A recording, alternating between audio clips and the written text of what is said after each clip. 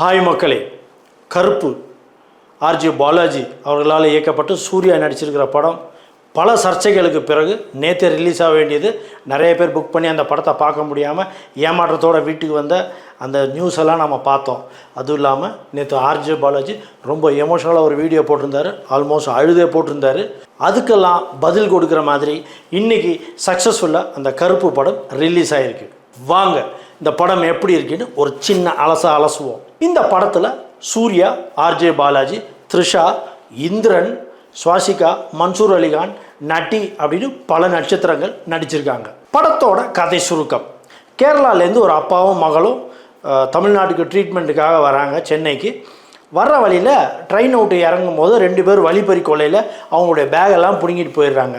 இதில் turning point என்னென்னா, அந்த பேக்கில் தான் அவளோட பொண்ணுக்கு மருத்துவம் பார்க்குறதுக்காக கிட்டத்தட்ட 60 சவரன் நகை அந்த பையில் வச்சுருக்காங்க. அதை கொள்ளையடிச்சிட்டு போயிடுறாங்க. இப்போ அந்த நகையை எப்படி தேடி கண்டுபிடிச்சாங்க, யாரோட உதவினால் கண்டுபிடிச்சாங்க, இதில் சூர்யாவோட ரோல் என்ன, ஆர்ஜே பாலாஜியோட ரோல் என்ன அப்படிங்கிறத கதையோட ட்விஸ்ட் அண்ட் டர்ன்ஸ். படத்தில் ஆர்ஜே பாலாஜி ஒரு வில்லன், அவர் தான் வில்லன்னே சொல்லலாம். அவர் ஒரு லாயராக வர்றாரு, பேபி கண்ணன் அப்படிங்கிற ஒரு ரோலில் பண்ணியிருக்காரு.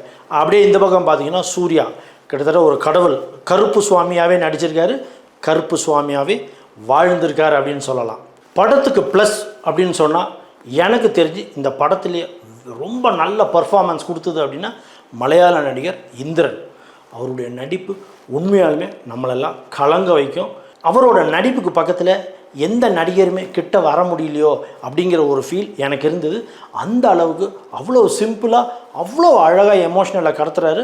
ஸோ எனக்கு தெரிஞ்சு is the best performer in this movie அப்படின்னு சொல்லுவேன். அவ்வளவு அழகாக அவ்வளவு யதார்த்தமாக இருந்தது அவரோட நடிப்பு. அவர் இந்த படத்துக்கு மிகப்பெரிய பலம்னு சொல்லுவேன். அடுத்த படத்துக்கு 2வது பலம் அப்படின்னு சொன்னால் சூர்யா. ஆப்வியஸ்லி அவர் கொடுத்துருக்கிற ரோலை கருப்பு சாமியாகவே வாழ்ந்திருக்காரு. எக்ஸ்பெஷலி டுவர்ட்ஸ் த கிளைமேக்ஸு ஒரு தாண்டம் ஆடி இருக்கார் பாருங்கள். உண்மையாலுமே இது நம்ம சூர்யாவா அப்படின்னு நம்ப முடியாது, அந்த அளவுக்கு மிரட்டியிருக்காருன்னே சொல்லலாம். உண்மையாலுமே சூர்யா ரசிகர்களுக்கு எல்லாமே இதில் ஒரு நல்ல விருந்து இருக்குங்கிறத அடித்து சொல்லலாம். படத்துடைய இன்னொரு ப்ளஸ் பாயிண்ட் பார்த்தீங்கன்னா, படத்துக்கு மியூசிக் பண்ண அபயங்கர், சாய் அபயங்கர், அவரோட மியூசிக் படத்துக்கு உண்மையாலுமே பலம் சேர்த்துருக்கு. அதுவும் இல்லாமல் மிகப்பெரிய பலம் படத்துக்கு அப்படின்னு சொன்னோன்னா கேமராமேன் ஜிகே விஷ்ணு. அவரோட சினிமாட்டோகிராஃபி வேறு லெவல், படத்தை எலிவேட் பண்ணி வேறு லெவலில் தூக்கிட்டு போய் நிப்பாட்டுது. அதுவும் இல்லாமல் த்ரிஷாவோட பர்ஃபார்மன்ஸும் ரசிக்கிற மாதிரி இருக்குது. ரொம்ப பெரிய கிளாமரஸ் ரோல் மாதிரிலாம் இல்லை, ஆவரேஜ் ஒரு நல்ல லாயர் ரோல். ரொம்ப ஜென்யூனாக ரொம்ப அழகாக நீட்டாக பண்ணியிருக்காங்க.